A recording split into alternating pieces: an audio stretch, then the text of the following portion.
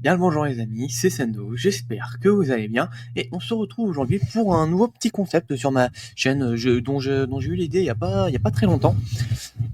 Voilà, et cette idée je l'ai eue en revoyant, enfin en tombant un peu par hasard sur enfin je sais plus si c'était une vidéo ou voilà, je suis retombé un peu sur la carrière de ce type. Voilà. Est-ce que vous vous souvenez de qui est cet homme? Bon, son nom, je vais vous mettre là, mais voilà, vous me connaissez, normalement, la prononciation devrait très vite partir en couille. Cet homme, c'est Kudratio Abdukakorov. Voilà. Ça va, je pense que je m'en suis pas trop mal sorti pour une fois. Alors, ce gars, est-ce que vous vous en souvenez? Alors, moi, je m'en souviens un petit peu. C'était un welterweight qui était ranked dans le top 10 de Ring Magazine en 2021. Personnellement, je commence à suivre la boxe fin 2019. Je commence à m'y intéresser milieu 2019. J'arrive à commencer à y suivre fin 2019, début 2020. Et en 2021, j'arrive enfin à choper les rankings Ring Magazine. Et dans ce ranking Ring Magazine, il y a ce Kudratio. Bah, Kudratio Abdukakorov. Et moi, je le vois et franchement, enfin, je le vois un petit peu, mais je le connais pas plus que ça. Je crois, je me rappelle même plus si j'ai déjà vu un combat entier de ce gars, même à ce moment-là. Mais voilà, il est dans le top 10, je me dis: «Ah ouais, donc ça doit être quelqu'un de solide». Je crois que je le vois rapidement, je vois quelques images de lui, peut-être un petit like histoire de un peu me renseigner et je vois: «Ah ouais, gros welterweight, ouais, gros welterweight physiquement, fondamentaux solides et cetera. Donc je me dis: «Bah ouais, c'est plutôt pas enfin ouais, voilà, je me dis: «Ouais, c'est plutôt pas mal» et arrive, décembre 2021 en undercard de Nate O'Donnell contre, ah putain, j'oublie tout le temps le nom de son adversaire, qui était champion intérimaire bantamweight, au moment des faits. Ah oui, Reymart Gabayo et ouais, Gabayo aussi s'est bien cassé la gueule depuis, mais bon, ça c'est une autre histoire. Voilà et en ce soir de décembre, 2021 et ben, Abdukakorov est opposé à un boxeur, canadien, Cody Crowley. Et ouais, que pareil de mon côté, je connais pas. Ouais, je connais, enfin, je suis même pas capable de vous citer sa fiche. Voilà, moi je le connais pas du tout. Et, et en fait, je regarde même pas le combat en intégralité. Je regarde juste deux trois moments et ah ouais, je vois que Crowley boxe bien. Ouais, il arrive à tout. Chez Abdukakorov, ok. Mais ouais, je regarde, je m'en fous concrètement. Et sauf que bah à la fin de la soirée, je regarde la fiche BoxRec et Abdukakorov, oh putain, il a perdu ce combat. Oh my god!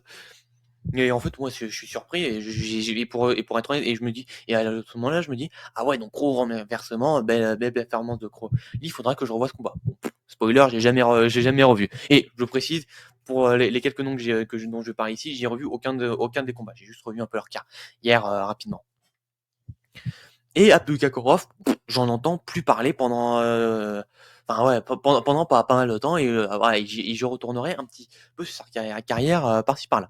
Mais avant de m'intéresser au reste de la carrière, et ben, faut savoir que malgré tout, cette position de top 10 Ring Magazine des welterweight, elle était pas sortie de nulle part. Abdukakorov, donc c'est un boxeur ouzbek qui est né en 1993. Ouais, je vais pas essayer de citer le nom de son bled, ça va être catastrophique. Et il commence la boxe vraiment très jeune. Et ses premiers combats pro, il les fait en 2004. Ouais, je suis pas né en 2004, hein. Moi, je suis de fin 2004. Il commence la boxe, je suis toujours pas né. Donc, ça fait un bon moment qu'il boxe et comment dire, il accumulera un gros record, il fera beaucoup de combats, il accumulera 280 victoires pour 50 défaites, mais il sera jamais dans les, ouais, il sera ja enfin, il sera jamais représenté dans les grosses compétitions internationales, même dans la boxe amateur. Sauf que il est sur la scène ouzbek et déjà à l'époque, la scène de la boxe amateur Ouzbékistan, c'est une des plus relevées au monde. Donc au fi et dans sur ce circuit amateur et ben, il devient quand même 4 fois champion, 4 fois champion national. Donc ça démontre quand même un certain niveau et il continue comme ça pendant une petite dizaine d'années sur le circuit amateur, ouzbek et sur la fin de sa carrière amateur sur 2015-2016, il commence à faire ses premiers combats pro. Alors, bien sûr, il est fait en Ouzbékistan, il reste plutôt du côté de l'Asie centrale, mais voilà, il accumule les combats, il accumule les victoires. Et il arrive à choper une petite ceinture, voilà, la ceinture WBC Silver, qui bah, concrètement ne veut pas dire grand-chose, mais qui le place bien dans les rankings WBC de la division welterweight. Et à l'époque, ben, la division welterweight a déjà bien remplie, mais s'il peut y avoir un petit turnover, c'est pas plus mal parce que malgré tout, il y a encore de la place. Et la place, ben, il va réussir à la trouver et il va faire ses premiers combats aux États-Unis en 2019. À ce moment-là, alors je sais pas exactement quels étaient les termes de leur contrat, etc. Mais il boxe dans 2 soirées top rank sur 2019 et enfin, c'est à la fois des petites soirées et à la fois des grosses soirées. Enfin, le terme est complètement foireux, je sais, mais c'est des soirées top rank où combat Alexander Gvozdyk, qui à ce moment-là est champion de WBC Light Heavyweight, qui vient de battre Adonis Stevenson et tout le tralala. Top rank a envie de le construire. C'est un gars qui est pas peut-être qui a pas peut-être pas un potentiel de star comme peuvent l'avoir d'autres gars en boxe, mais avec une bonne construction, il peut devenir un vrai nom et voilà, il est très talentueux, tout ce que vous voulez. Ça a été le boogeyman, un des boogeyman de la division pendant quelques années. Il y a moyen de le construire. Et, et du coup, bah, ils font combattre Kukakorov dans ces cartes-là. Il combattra bah, en sous-carte de Alexander Gvozdyk contre Doudou Ngumbu en début 2019 face à Keita Obara, qui est grosso modo ouais, enfin, non, pas. Ouais, qui est un des tauliers de la boxe japonaise dans la division welterweight depuis pas mal d'années. Alors, je crois que depuis, il a pris sa retraite, mais en 2019, il fait partie des meubles de la boxe asiatique dans les divisions super lightweight et welterweight. Il a déjà eu sa chance mondiale en super lightweight et il est sur un run bah, ouais, pas déshonorable sur la scène asiatique en welterweight. Et c'est aussi, alors c'est pas son premier combat aux États-Unis, mais c'est son second. Il a quasiment pas boxé aux États-Unis. Et il y a peut-être quelque chose à y faire.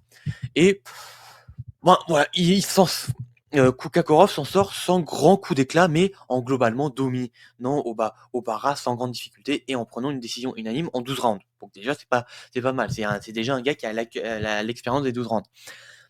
Et un peu plus loin dans cette année 2019, en octobre pour être précis, il recombat en sous-carte d'Alexander Gvozdyk dans un événement qui a pas eu une immense portée commerciale, on va dire, mais qui a quand même une certaine portée symbolique parce que c'est le combat d'unification entre Gvozdyk et Arthur Beterbiev. Et c'est le combat qui met vraiment Arthur Beterbiev sur la carte, quoi, qui instaure vraiment Beterbiev comme un des très grands de sa génération, toutes catégories confondues.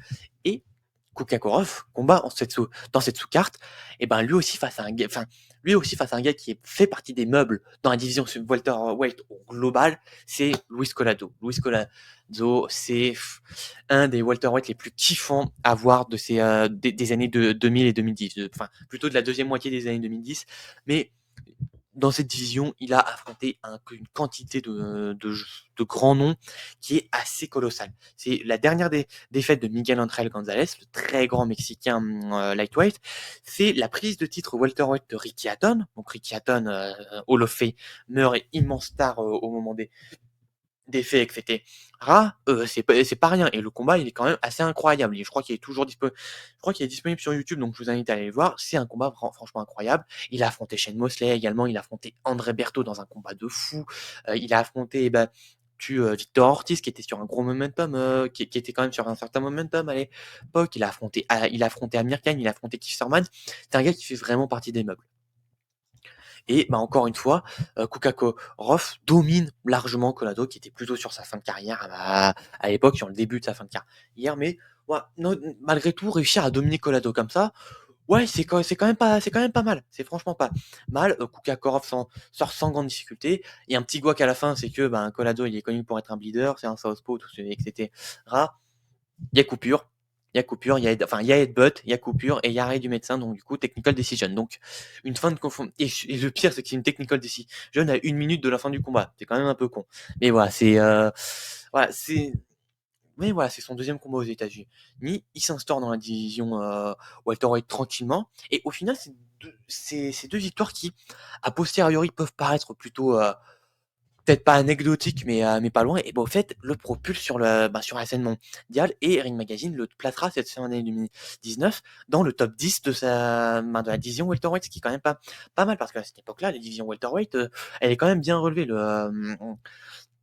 Le ranking Ring Magazine de l'époque, il a quand même un petit peu de la gueule. Je vais aller le revoir vite fait. Tac, tac, tac. Hop.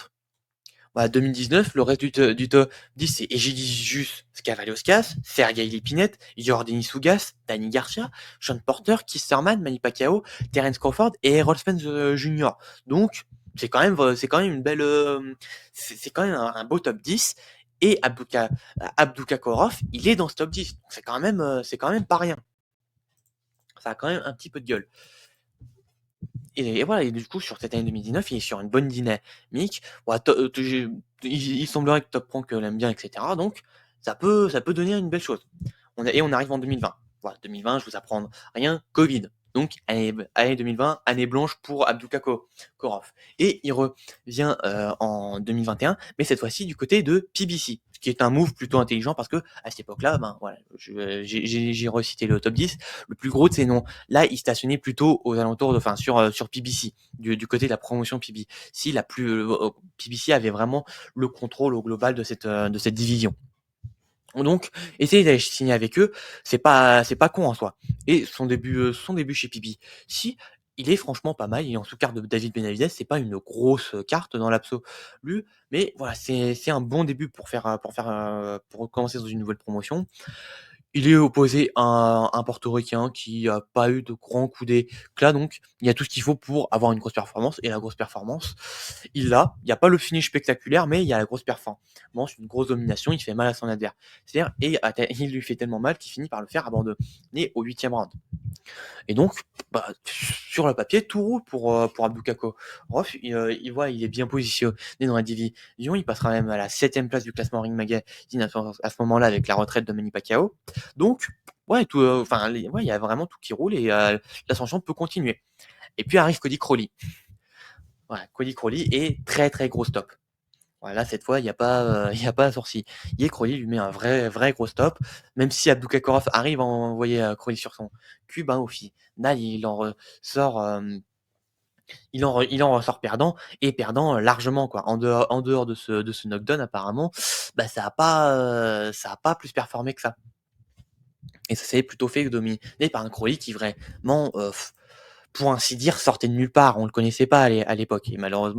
Malheureusement, Cody Crowley, il a pas vraiment eu le temps de. Ouais, il a ni eu le temps ni les opportunités de vraiment percer au plus haut niveau. Après ce combat-là, il ne recombattra que 2 fois. Donc c'est quand même, ouais, c'est quand même un peu triste, mine de rien. Et ben c'est pour le moins un gros stop parce qu'en plus après ça, il y aura une année de hiatus. Alors je sais pas si c'est juste une année de hiatus histoire de reprendre des forces, de se voir où il en est dans sa carrière, mais ce qui est quand même assez inquiétant pour une première défaite en carrière. Mais du coup, voilà, année 2022 blanche, et il revient dans une petite sous-carte sans grande prétention, mais qui a quand même une petite audience, sous Brian Mathias contre Jeremias Nicolas Pant, voilà, que j'avais fait en live à ce moment-là. Le live est toujours disponible. Pour être honnête, bah, je me rappelais même pas qu'il avait combattu dans cette carte. Voilà, j'avais même pas vu ce combat-là face à un certain V. Sean Owens, inconnu au régiment, ce mec, hein, très clairement, il a c'est peut-être un peu méchant de le dire comme ça, mais il a jamais rien fait de sa carrière, ni avant ni après. Donc, normalement, c'est censé être un bon combat de retour pour Abdukakorov.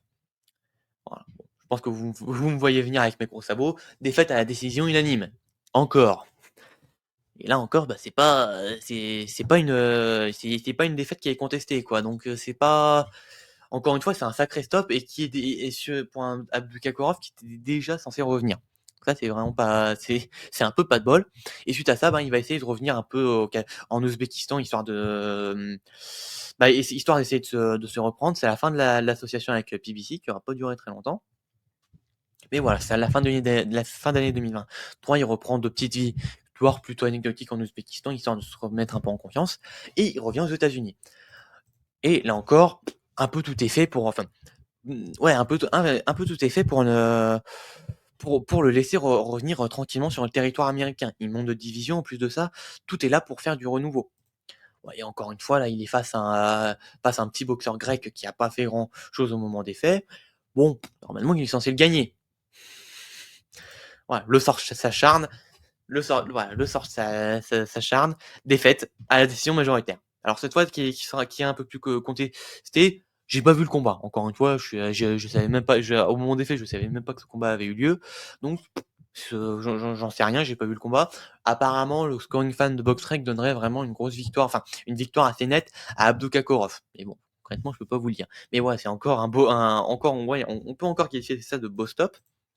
Et ça va pas s'arrêter là parce que son dernier combat en date aura lieu en décembre 2024. Et pour vous dire à quel point j'en ai rien à foutre, que depuis sa première défaite, j'en ai plus rien à foutre de ce gars, ben, décembre 2024, Tijuana, Mexico, Remonguilla contre Bruno Suras. Voilà, donc combat que j'avais regardé au moment des faits, pour lequel je m'étais levé. Ah ben, j'avais même pas vu qu'Abdou Kakorov avait remporté avait combattu dans cette carte. Et là encore, bon, il revient un peu chez Top Rank. Et là encore, bon, bah, un peu tout est fait pour, enfin, ils lui mettent face à un adversaire un peu plus haut standing, ils lui font un peu moins de cadeaux, ils le mettent face à un ancien champion IBO Super Welterweight, donc c'est un gars qui a un peu d'expérience, qui a beaucoup de combats à son actif, qui a quasiment une quarantaine de combats. Donc voilà, cette fois, ils essayent, mais sans conviction. Bon, bah, finalement, ils ont plutôt eu raison parce qu'encore une fois, Bukakorov a perdu, et une fois encore par décision unanime, pas contestée. Et du coup, bah, encore un gros stop alors qu'il était déjà sur un paquet de gros stops d'affilée. Ouais, bon, sa carrière est toujours en cours, hein. Son dernier combat date pas il y a très longtemps. Il est toujours actif, il a encore rien annoncé niveau de retraite ou autre, et ce serait un peu dommage dans un sens un peu dommage pour son âge. Mais ben, il n'en reste que pour un ancien top 10 welterweight, et ben le downfall est quand même assez violent et assez soudain, alors qu'il avait déjà une route, on va pas dire toute tracée. Je pense pas que PBC lui aurait donné une grosse opportunité tout de suite.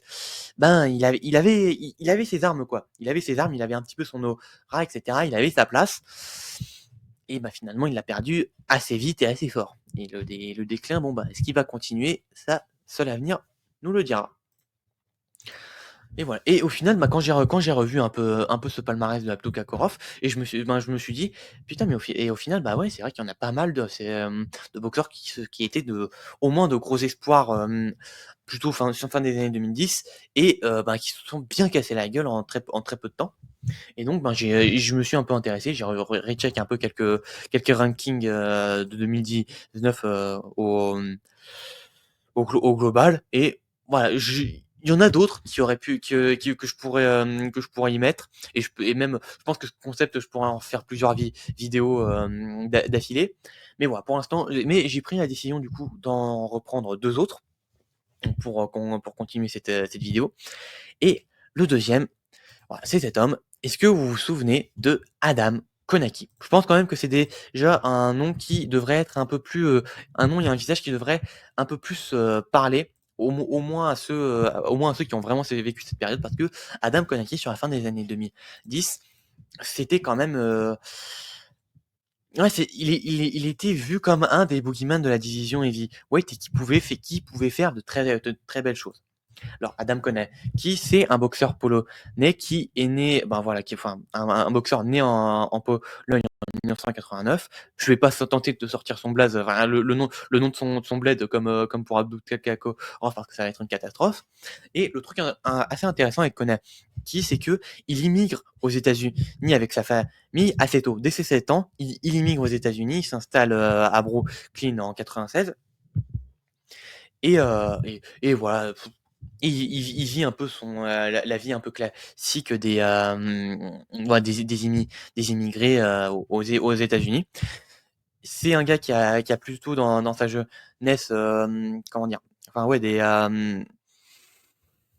enfin qui est plutôt sportif, mais qui est plutôt, ah putain, co Ouais, qui est un peu en surpoids, et cetera, qui en plus est moqué sur son accent, anglais, la façon dont il parle en anglais parce que voilà, immigré à 7 ans et cetera, c'est quand même pas facile. Donc voilà, il est plutôt, bullies à l'école et du coup, il se met à la boxe enfin, là encore, enfin, relativement jeune, moins qu'Abdukakorov, mais voilà, plutôt à l'adolescence. En plus, il est plutôt fan d'un autre boxeur polonais heavyweight qui a effectué de belles choses, à la fin des années 90 et tout au long plutôt dans les années 2000, Andrew Golota. Alors ouais. Bon bref, ça c'est un autre sujet. Et du coup, bah, il commence à s'entraîner vers l'âge de 15 ans.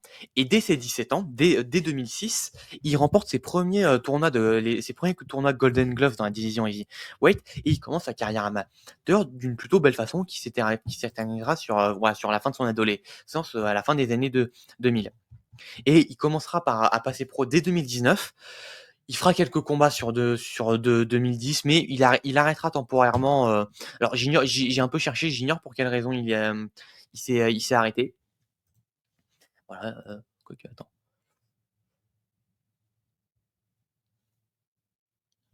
Ouais. Mais ouais, il va s'arrêter sur l'année 2011 et 2012. Il ne reviendra qu'en 2013. Là encore pour un seul combat à l'année. Mais voilà, il combat plutôt régulièrement, un peu du côté bah ouais, de New York. Il arrive à combattre au Madison Square Garden, en plus en sous-carte en sous-carte de Tyson Fury, donc c'est plutôt un bon coup marketing. Et en fait, les victoires, enfin les combats et les victoires se faisant, il arrive un peu à attirer l'œil de quelques promoteurs. La première qui va être intéressée par lui, c'est Katie Duva, ouais, qui est plutôt bien connue, manageuse de Kovalev notamment dans ces années-là. Donc, elle va le prendre et elle va le faire combattre dans quelques combats. L'association va pas durer éternellement et il va attirer l'œil plutôt courant 2015 d'un certain Ludi Bella. Ludi Bella qui est plutôt un promoteur mineur, mais qui a quand même eu son importance sur la boxe des années 2000 et 2010, notamment parce que dans ces années-là, PBC est créé. Et PBC et Ludi Bella a de très bonnes relations avec PBC, Alemon et tout le staff ouais, de cette organisation. Et du coup, Konaki attire un peu l'œil de Ludi Bella, qui le prendra un peu, et qui le fera combattre dans quelques soirées PBC sur l'année 2015 et 2016. Il combattra en sous-carte de Danny Garcia, notamment. Il combattra en sous-carte de non, pardon, de Badou Jack contre James DeGale en 2017. Il combattra en sous-carte de Keith Thurman et Sean Porter également. Donc voilà, il combat dans plusieurs sous-cartes de plutôt bon prestige. Et il se fait son petit nom. Et à partir de 2007, il va commencer à affronter d'autres noms. Son premier nom qu'il va affronter, c'est Arthur Spilka, qui était connu à ce moment-là pour avoir donné un plutôt bon combat à Deontay Wilder. Il était aussi connu pour avoir fait quelques gros combats face à Mike Molo, par exemple, de superbes combats, Brian Jennings, Thomas Adamek, etc. Il avait déjà affronté quelques noms. Et Konaki vient et il déboîte Arthur Spilka en 4 rounds, là où Deontay Wilder avait mis 9 rounds à le knockout et c'était plus. Enfin, j'allais dire c'était plutôt sur un coup de chance. C'est un peu exagéré de dire ça comme ça, mais voilà, c'était pas non plus c'était loin d'être la meilleure performance de Wilder. Donc là, vraiment, Konaki commence à attirer quelques jeux sur lui. Et puis, début 2018, là encore sur une belle carte, hein, avec en main event Errol Spence Jr. contre Lamont Peterson, en main event Robert Easter Jr. contre Javier Fortuna. Il y avait aussi Marcus Brand qui combattait dans cette carte. Donc voilà, c'est quand même une plutôt belle carte PBC. Et il affronte Yago Kilade. Yago Kilade qui est aussi un sombre inconnu à l'époque, qui a pas vraiment pris en popularité depuis, mais qui, dans les années à venir, affrontera quelques beaux noms. Je vous en ai déjà parlé à plusieurs reprises de Yago Kilade. Et généralement, il donnera de grosses guerres à son opposition. Et c'est ce qui se passe face à Adam Coney, qui, au Barclays Center, dans une très belle carte, c'est une sacrée guerre que se livrent ces deux hommes, et c'est une nouvelle fois Adam Konaki qui en sort vainqueur. Et après sur un gros KO au 6e round d'ailleurs. Et après cette belle performance, on lui offre un autre test. Et cette fois, on lui offre un ancien champion du monde, Charles Martins. Alors, champion du monde, paye la gueule du champion du monde, hein. C'est clairement un des pires champions heavyweight de l'histoire de la boxe, qui est bon, a eu le bon titre au bon moment, le titre IBF, et qu'il a même pas eu le temps de défendre parce qu'il s'est fait humilier face à Anthony Joshua. Alors depuis, il était revenu avec quelques victoires et sur la suite de sa carrière, il fera quelques belles performances, mais voilà, c'est un ancien champion, c'est un ancien champion, certes, mais c'est pas le plus prestigieux des anciens champions. Mais il n'en reste qu'il est là pour. Et là pour le coup, je pense vraiment que le PBC avait dans l'optique de, euh, de travailler avec Konaki de la meilleure façon qu'il puisse. Et encore une fois, c'est dans une belle carte.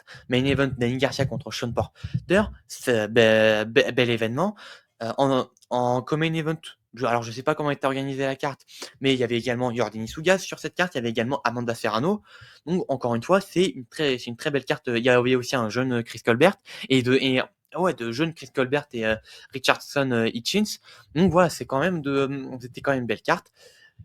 Il vient, toujours en Barclays Center, il gagne. Cette fois-ci à la décision, mais sur une décision claire. Voilà, c'est un peu disputé. Charles Martin récupère quelques rounds, mais décision claire au global. Et donc, bah voilà, encore une belle victoire face à une belle opposition.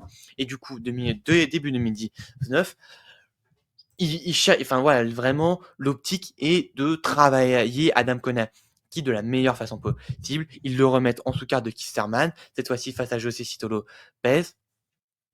Avec là encore avec quelques beaux noms sur la carte, Gary-Antoine Russell, Stephen Fulton, Chris Colbert une nouvelle fois. C'est encore une belle carte. Là, il affronte Gerald Washington, ancien contender là aussi de Deontay Wilder, qui a également affronté Jeremy Leur, qui a quelques petites victoires en heavyweight pas trop dégueulasses, Eddie Chamber notamment. Bon, c'est pas de gros noms, mais c'est des petites victoires qui ont un minimum de valeur. Voilà. Et cette fois, et encore une fois, enfin, comme il l'avait fait face à Arthur Spitka, cette fois-ci, Adam Konaki qui explose Gerald Washington. Et Adam Konaki, en fait, s'instaure comme un gars qui va beaucoup pas tant jouer sur son physique. Il a un physique plutôt classique pour les heavyweight, 1m91, une physicality classique pour les heavyweight. C'est pas un gros heavyweight, mais c'est pas un peu non plus le plus petit des heavyweight. Et il va beaucoup miser sur son menton qui est très solide à cette époque, assez impressionnant, et son volume. Bon, c'est pas non plus une grosse force de frappe, mais il va miser sur son volume, son intensité, et son objectif, c'est d'étouffer ses adversaires. C'est ce qu'il fait face à Arthur Spica, c'est ce qu'il fait face à Yago Kiladze, c'est ce qu'il fait face à Gerald Washington, ce qui lui permet d'obtenir des finishes.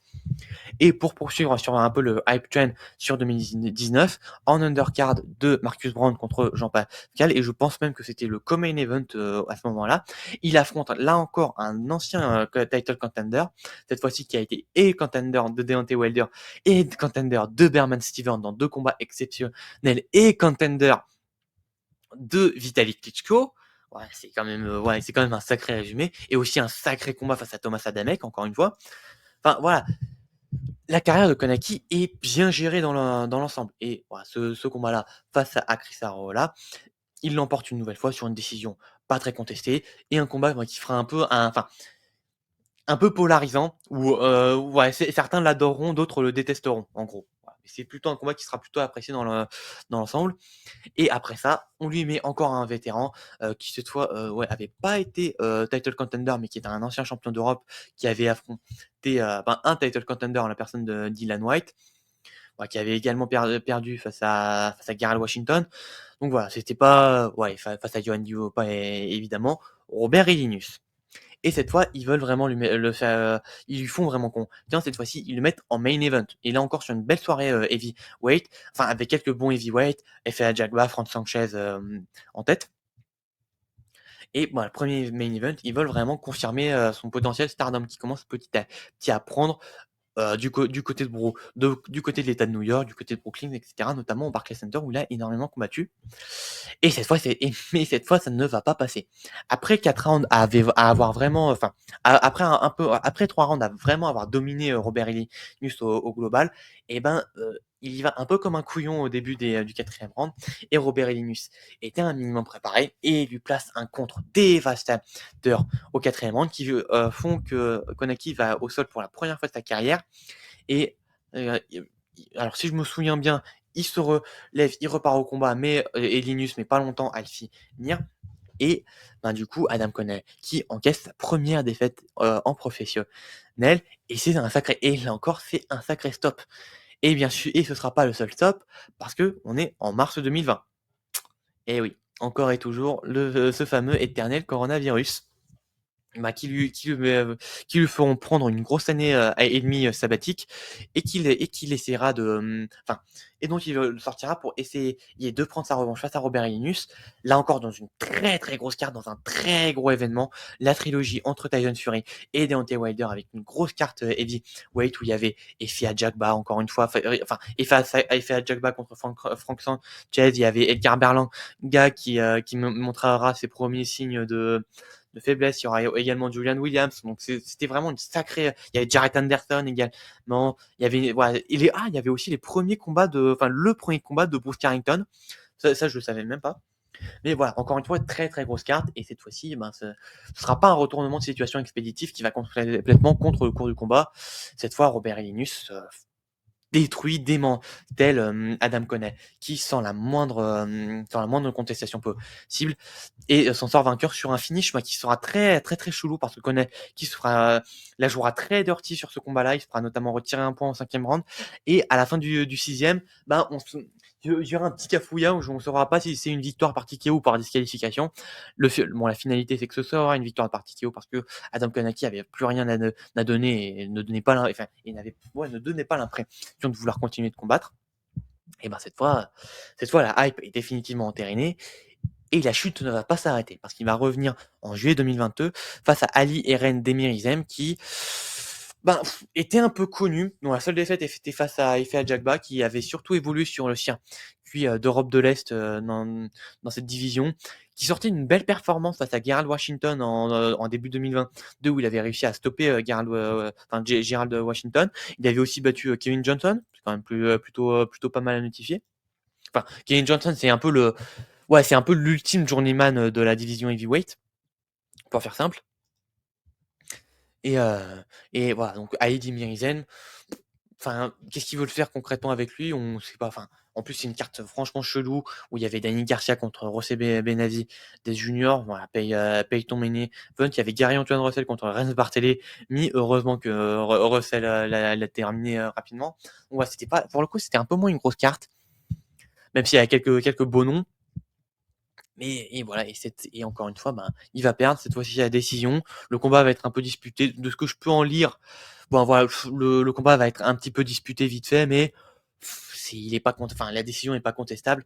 Et Konaki, cette fois-ci, perd à la décision sans trop de contestation possible.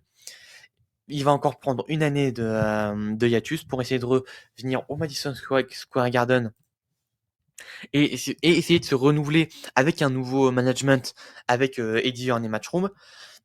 Undercard de Edgar Berlanga contre Jason Quigley qui a essayé lui aussi, Edgar Berlanga qui a essayé lui aussi de se réinventer avec un nouveau management après son run, la fin de son run décevant chez Top Rank. Et, et encore une fois, face à un certain Joe Kusumano, qui pour le coup lui avait vraiment rien fait. Il avait voilà, le plus haut de sa carrière, c'est qu'il avait servi de victime à Daniel Dubois en août 2021. Mais à part ça, c'est la carrière est pour ainsi dire inexistante. C'est pas très respectueux de dire ça, je sais, mais c'est un peu vrai quand même.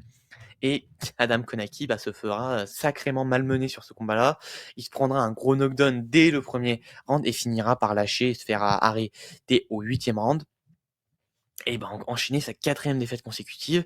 Et le pire dans l'histoire, c'est que le combat va être retourné en no contest parce que son adversaire avait sera chopé par la patrouille comme d'habitude. Donc voilà, encore moins glorieux, on va dire. Et cette fois-ci, il va de nouveau essayer de se reprendre. Cette fois-ci, il va pour la première fois de sa carrière combattre en Pologne. Alors face à un adversaire, je vais pas essayer de prononcer son nom pour pas l'écorcher. C'était début 2024. Et cette fois, la descente en enfer continue parce que Adam Konaki se fait terminer dès le premier round, en 45 secondes, putain, 45 secondes pour se faire terminer face à un, face pour ainsi dire à un inconnu en Pologne, et cetera. C'est c'est brutal. C'est sacrément brutal et depuis Konaki n'a pas arrêté, enfin n'a pas officiellement pris sa retraite. Alors il est un peu actif sur Instagram, il continue de s'entraîner, et cetera. Il a pas annoncé, il a rien annoncé de concret, ni pour une potentielle retraite, ni pour un potentiel nouveau combat. Mais bon, pour un poids lourd de son style et vu tous les KO qu'il a enchaînés, les gros stops qu'il a pris pardon, je pense qu'il vaudrait mieux qu'il, voilà, qu'il arrête sa carrière pour son bien, quoi. Et ouais, et ben là pareil, alors que cet homme avait eu une petite hype, la toute fin des années 2010, et ben la chute a été assez drastique et assez expéditive. Et pour finir cette vidéo, je pense moi qui espérais pouvoir faire une vidéo qui serait pas trop longue cette fois, bon bah je me suis planté. Je pense que la prochaine fois j'en ferai que deux à la fois. Enfin si j'en refais ce concept. Mais voilà, le dernier boxeur dont j'avais envie de vous parler, c'est celui-là. Et cette fois-ci, je pense quand même que vous le connaissez. Cet homme, c'est Jarrett Hurd. Et en fait, le truc, c'est que Jarrett Hurd, je vais pas vous demander, est-ce que vous vous souvenez de Jarrett Hurd? Est-ce que vous vous souvenez vraiment de qui était Jarrett Hurd à l'époque? Jarrett Hurd, c'est un peu comment dire? L'américain moyen, on va dire, de base. Il naît dans une famille du Maryland, modeste, sans grande, ouais, c'est ça, une famille modeste. Il y a pas d'autre terme, simplement, famille modeste. Il se met à la boxe assez jeune, il y a pas vraiment de grosses, du moins j'en ai pas trouvé de gros traumatismes ou de gros trucs, sur son enfance qui l'a poussé un peu à aller à la boxe. Il se met à la boxe naturellement, voilà, il enchaîne quelques combats, 32 victoires pour 8 défaites, ce qui est pas, voilà, ce qui pour un palmarès amateur est très peu. Voilà, il passe, pro en 2012, ce qui est quand même, mais ce qui est quand même, mine de rien, assez tard. Il commence à 22 ans. Enfin, assez tard, je m'entends, hein, c'est pas tardif, il s'y met pas à 30 ans, mais voilà, mine de rien, pour un gars qui a commencé relativement jeune, qui a fait les Golden Gloves, et cetera, et également, je sais pas s'il les a gagnés une ou plusieurs fois, je sais pas, mais voilà, c'est un gars qui a eu sa petite carrière amateur et au final, commencer en 2012, c'est quand même assez tard. Mais sur son début de carrière, il va beaucoup combattre du côté de Washington et il va, un peu attirer l'œil d'un petit promoteur, local, un certain Gene Molovsky, Molovinsky, pardon. Voilà, désolé pour la prononciation encore une fois, qui va un peu le prendre sous son aile et qui va le faire combattre un peu, très régulièrement du côté de Washington DC. Et voilà, encore une fois, il enchaîne les combats, il enchaîne les victoires, il enchaîne pas mal de KO sur son début de carrière et encore une fois, du courant 2015, l'année de la création de PBC, il est repéré par un certain Lou DiBella une nouvelle fois et qui va le faire combattre dans quelques soirées PBC et à partir de là, alors âgé de 24 ans et ayant déjà emmagasiné une quinzaine de combats pro, là, l'ascension va être plutôt fulgurante. Il va enchaîner 4 victoires dans quelques sous-cartes, de PBC et il va direct et enfin, ouais, je m'attarde pas sur les adversaires parce que, voilà, il y a pas vraiment de grand chose à dire sur eux. Ils ont quelques fiches intéressantes, mais sur le papier, c'est pas des noms dont on se souvient, vraiment. Bon, quelques-uns de ses adversaires ont eu ont eu un peu d'adversité, hein, ça, alors, in if ouais, non, je vais pas essayer de prononcer, mais son adversaire de novembre 2016 avait combattu face à Kell Brook pour la ceinture IBF des welterweight. Voilà, bon, et il affronte deux petits prospects, invaincus au moment des faits, Oscar Molina et Frank, ouais, c'est ça, et Frank, Galarza. Mais voilà, au final, c'est plutôt anecdotique au global, c'est pas de grosses victoires, mais ça lui permet malgré tout, d'obtenir un title shot pour la ceinture vacante IBF des super welterweight, laissée vacante par Jermall Charlo, qu'il disputera face à Tony Harrison, qui lui qui était aussi un prospect un peu plus en vue pour le coup, bon, qui avait déjà connu une défaite, mais qui était vraiment, qui était lui aussi pas mal en vue sur la scène un peu de la côte est, américaine, du côté de Brooklyn, New York, et cetera. Et du coup, ces deux-là se rencontrent pour la ceinture vacante IBF. Tony Harrison, qui par la suite deviendra champion WBC en battant Jermell Charlo dans un très très beau duel. Enfin, il perdra le deuxième combat, mais il gagnera le premier. Mais voilà, c'est plutôt un beau duel, surtout le deuxième combat qui est vraiment à voir. Mais voilà, ça c'est une autre histoire. Mais du coup, voilà, c'est pas un gros nom de base, Tony Harrison, à ce moment-là, mais c'est un gars dont ce combat veillera très très bien.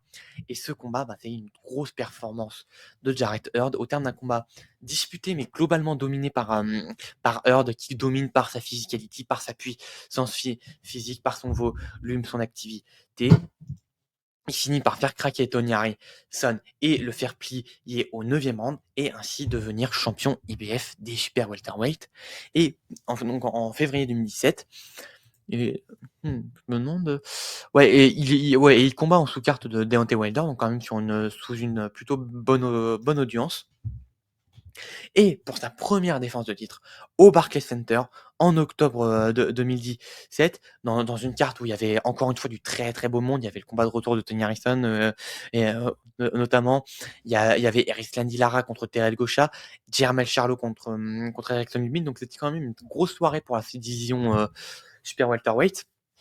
Et surtout, là, il affronte un vétéran des vétérans de la division en la personne de Austin Trout. Austin Trout, un ancien champion régular de WBA qui avait notamment battu Miguel Cotto en 2012, qui avait perdu face à Saul Canelo Alvarez en 2013 pour un des meilleurs combats de Canelo dans son début de carrière. Ce combat est franchement cool et mérite vraiment d'être vu. Il avait également perdu contre Erislandy Lara et il avait aussi perdu son dernier combat à date face à Jermell Charlo, pardon, dans un combat où la décision sera un petit peu contestée et est un petit peu contestable malgré tout. C'est un super combat, pareil, que je vous invite à voir, mais ce combat-là était vraiment très très serré et Austin Trout avait de quoi prétendre à la décision. Il n'avait pas combattu depuis et pour son combat de retour, on lui fait pas de cadeau, mais paradoxalement, c'est aussi un peu à Jarrett Hurd qu'on fait pas de cadeau parce que lui mettre un gars aussi expérimenté, aussi solide, voilà, aussi solide, que ce soit physiquement, tactiquement et techniquement, finalement c'était pas un cadeau. Et bordel de merde, quelle performance de Jarrett Hurd. Austin Trout, dans toute sa carrière, n'a été arrêté, n'a pas, la seule défaite avant la limite de Austin Trout dans toute sa carrière, il n'en a qu'une seule. Et c'est ce soir-là d'octobre 2017, Jarrett Hurd arrivera à faire plier Austin Trout, qui était pourtant un guerrier dans l'âme, qui encore aujourd'hui évolue en Bark Knuckle. Donc voilà, c'est vous dire le niveau de résistance mentale du mec. Et Jarrett Hurd finit par faire plier Austin Trout au 10e round et finit par le faire abandonner à la fin du 10e. Et c'est une putain de victoire pour Jarrett Hurd, et c'est qu'il ne va pas s'arrêter là parce que dans la même soirée évoluait Erislandy Lara, champion de WBA. Et là, c'était trop beau pour ne pas saisir l'opportunité. Il advient le combat d'unification IBF WBA face à Erislandy Lara au Hard Rock Hotel and Casino de Las Vegas, dans une très très dans un gros événement encore une fois, où il y avait Caleb Trax, où il y avait Julian Williams, Caleb Trax contre James DeGale, la revanche. Voilà, d'un des gros upsets de l'année 2017, où il y avait Julian Williams contre Nathaniel Galli, mort pour définir un des prochains potentiels contenders à la division welterweight. Et voilà, c'est encore une très très grosse carte. Et en main event se déroulera un des meilleurs combats des super welterweight de ces dernières années, et au terme d'une performance incroyable où il a vraiment été mis en difficulté par Erislandy Lara, mais où il était allé au sacrifice face à Erislandy Lara, et où il a fini par là aussi faire craquer Erislandy Lara au terme d'un combat au terme d'un 12e round absolument dinguissime.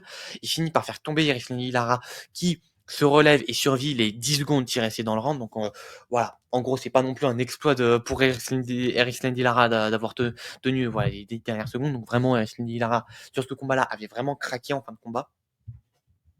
Et du coup, Jarrett Hurd devient champion unifié des super welterweight et s'instaure définitivement comme le monstre de la division. À ce moment-là, celui qui est perçu comme le super welterweight, le meilleur super welterweight du monde, c'est Jarrett Hurd.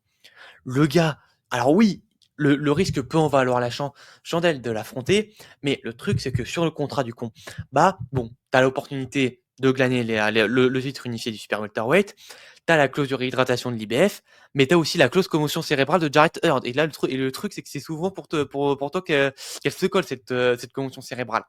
Donc vraiment, affronter Jarrett Hurd à ce moment-là, fallait avoir les couilles de le faire, même s'il était champion unifié. Et je crois même qu'il était champion en Ring Magazine à ce moment-là. Mais voilà, ça, c'est à vérifier.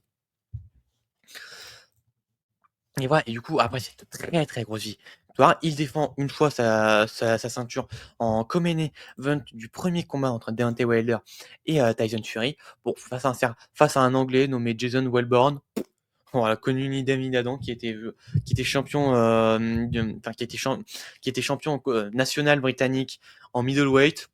Bon, qui valait, enfin, qui sur le papier et dans les faits avait pas un grand intérêt, qui avait une certaine expérience, mais pas du tout au plus haut niveau. Et Jarrett Hurd s'en sort sans grosse difficulté au quatrième round.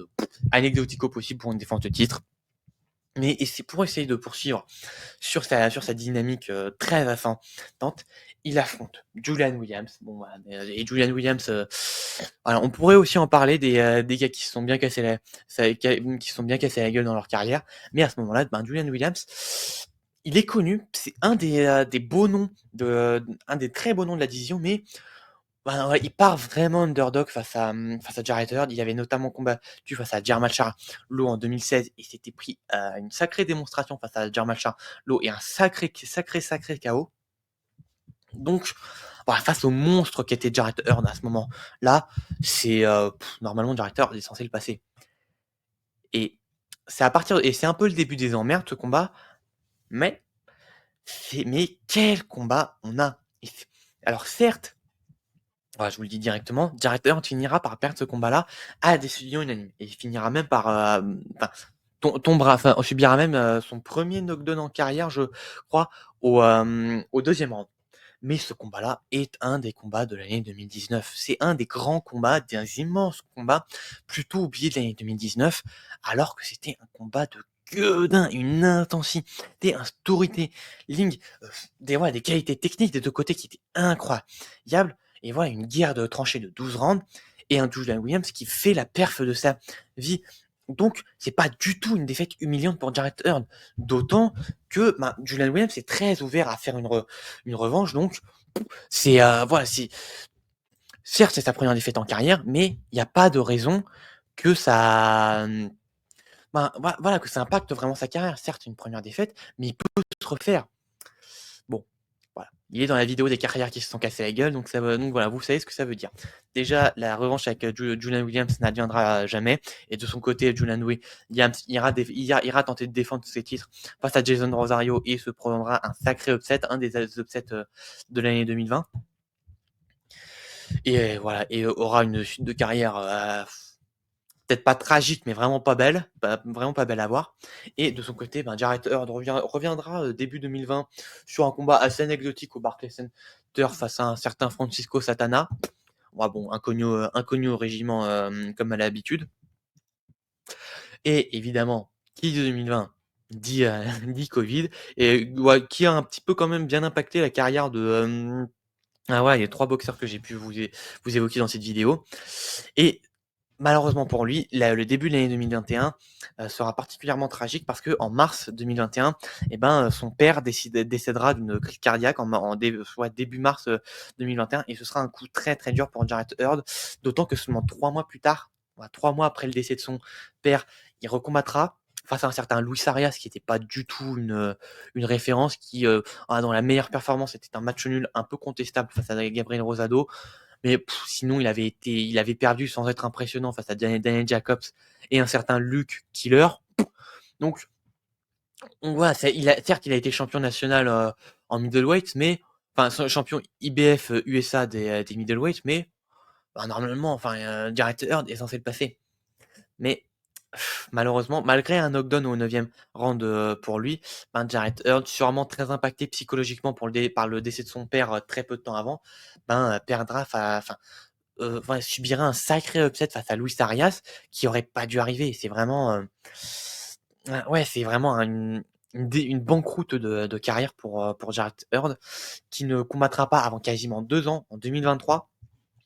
Il reviendra toujours dans les petits papiers, PBC, undercard de Brandon Figueroa contre Marc Magsayo, donc c'est quand même une belle, ouais, c'est pas une grosse audience, mais c'est une belle petite audience, on va dire. Et il revient, face à un certain José Armando Reséndiz, pareil, inconnu au bataillon, qui affrontera dans les mois suivants Elijah Garcia. Et là encore, Jarrett Hurd se prendra un sacré stoppé, enfin un sacré coup dur une nouvelle fois. Et cette fois-ci, subira même sa première défaite avant la limite. Alors dû à une grosse lacération à sa lèvre. Si je lis bien, c'est alors je sais pas quelle lèvre exactement, mais il aura une grosse coupure à la lèvre qui forceront le médecin à arrêter le combat au début du 6e round. Et du coup, bon, c'est un TKO, c'est un arrêt du médecin, mais voilà, les règles de Californie tourneront ce combat en KO, en clean knockout. Et voilà, encore une fois, ce sera pour le moins un très gros stop pour Jarrett Hurd qui, à ce moment-là, attends, je vais aller revoir son âge, mais il a que 32 ans. Il a que 32 ans à ce moment-là. Bon, il perd son titre face à Julian Williams. Il a 28 ans. Normalement, à 28 ans, il est censé, enfin, il aurait dû revenir. Enfin, théoriquement, si les lois de l'âge s'appliquaient réellement, normalement, il aurait dû revenir. Il aurait dû continuer à écrire. Il aurait dû continuer à écrire l'histoire des super welterweight parce que malgré tout, son petit run de champion, qui est pas très long mais qui est vraiment très dense, mine de rien, c'était quand même un sacré run et s'il avait vraiment capitalisé par la suite, on aurait pu dire que Jarrett Hurd aurait écrit l'histoire des super welterweight. Malheureusement, ce n'est pas le cas.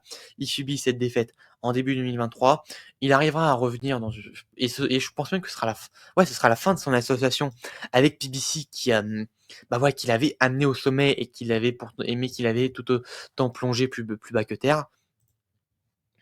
Et voilà, et du coup, il reprendra une petite victoire pour le moins anecdotique dans une toute petite soirée. Ouais, il n'y a pas d'autre mot, anecdotique. Bon, face à un adversaire pour le moins anecdotique. Et il aura un petit, ouais, un petit combat intéressant, vraiment pas inintéressant face à Jason Rosario, qui avait notamment battu Julian Williams en 2020, mais qui avait perdu coup sur coup et face à Jermall Charlo et face à Erickson Lubin, et qui avait d'abord pris une première retraite en 2022 face à Brian Mendoza. Bon, il est très vite revenu, il est revenu un an plus tard. Mais voilà, disons que ça peut être un bon combat de retour face à Jarrett Hurd, qui a repris un peu qui a un peu repris du poil de la bête, du poil de la bête, etc. Bon, ça se termine sur un match nul, pas très intéressant dans l'absolu. Peut-être que Jarrett aurait pu le gagner, peut-être que Jason Rosario aurait pu le gagner. Pas spécialement intéressant, beau combat, mais qui veut pas dire grand-chose, mais qui permettra quand même à Jarrett Hurd de re-signer vite fait avec PBC et de recombattre très récemment face à Gervonta Davis en sous-carte de Gervonta Davis contre Lamont Roach, avec voilà, ce qui était une plutôt belle carte dans l'ensemble, où il y avait encore une fois Julian Williams. Au final, il y aura beaucoup combattu dans les mêmes cartes que Williams, c'est quand même assez marrant à noter. Face à un certain Joan Gonzalez, voilà, enchanté, comme d'habitude, hein, enfin ouais, comme à l'habitude, hein, enchanté, qui êtes-vous? Donc voilà, Joan Gonzalez bon voilà, je me moque, mais je check vite fait son résumé. Ouais, il a quand même affronté quelques noms. Il a surtout perdu, mais il a affronté Magomed Kourbanov, il a affronté Jesus Ramos, il a affronté Yonis Teles qui est en train de se bâtir un sacré résumé. Donc voilà, ce gars-là ne sort pas non plus de nulle part, mais pour un ancien champion du monde, c'est pas normalement un adversaire face à qui il est censé avoir des difficultés. Et encore une fois, il aura des difficultés puisqu'il perdra ce combat à la décision unanime. Une décision unanime qui a pas trop de sens normalement. Pardon, à la décision partagée. Une décision partagée qui a pas trop de sens et qui aurait dû être une décision unanime. Et voilà. Et du coup, juste après ce combat-là, Jarrett Hurd annoncera sa retraite de la boxe. Voilà, pareil, j'ai un peu checké sa page Instagram et apparemment, il s'est un peu lancé sur Twitch. Il s'est lancé sur Twitch et YouTube. Il est aussi sur TikTok, etc. Donc manifestement, il essaie de un peu se reconvertir dans ouais, dans le milieu du stream etc. Donc, si ça vous intéresse, voilà, vous trouvez facilement sa page Instagram sur YouTube, donc on a énorme enfin c'est pas sa page Instagram enfin sa page Instagram sur Google, donc voilà et je pense qu'il y a les liens de sa page Twitch et cetera, donc si ça vous intéresse, voilà, n'hésitez pas. Mais voilà, c'est Jared Hurd, c'est quand même enfin, je voulais en parler dans cette vidéo parce que c'est vraiment, parmi les downfalls brutaux de ces dernières années, bah, c'est celui qui fait quand même le plus mal parce que Jared Hurd, bah, il était sur une sacrée dynamique, quoi. 2017, 2018, 2019, c'était une sacrée dynamique. Même sa défaite, c'est une défaite putain d'honorable. Donc, le voir finir un peu comme ça, c'est un peu triste, mine de rien, de voir terminer sa carrière comme ça, à seulement 34 ans. C'est un peu triste. Ouais, bon, on ne peut que lui souhaiter ben, le meilleur pour la suite de sa vie. Et j'espère qu'il arrivera à trouver le bonheur et à, voilà, à réussir à vivre du streaming, enfin du stream et voilà, de ses activités sur les réseaux sociaux. Et c'est ainsi, ben, ouais, et c'est ainsi que voilà, j'en ai fini avec Jared Hurd et c'est ainsi que je conclurai cette vidéo. Merci à vous de l'avoir suivi. J'espère qu'elle vous aura plu. Si c'est le cas, bah, vous connaissez la chanson, le pouce bleu, le partage, le commentaire. Si le contenu de la chaîne YouTube vous plaît, l'abonnement. Si voilà, voilà, n'hésitez pas à aller follow la chaîne Twitch pour être tenu au courant des prochaines vidéos. Voilà, c'était ouais, j'ai bien apprécié faire ce concept. Peut-être que je le referai. Alors je sais pas quand, j'ai aucune idée. Je pense pas que je le ferai. J'essaierai pas d'en faire un j'essaierai pas d'en faire à des intervalles réguliers. Mais voilà, c'était un concept assez intéressant et je pense que je le referai par la suite. Mais voilà. En tout cas, ben merci à vous d'avoir suivi tout ça. À très bientôt.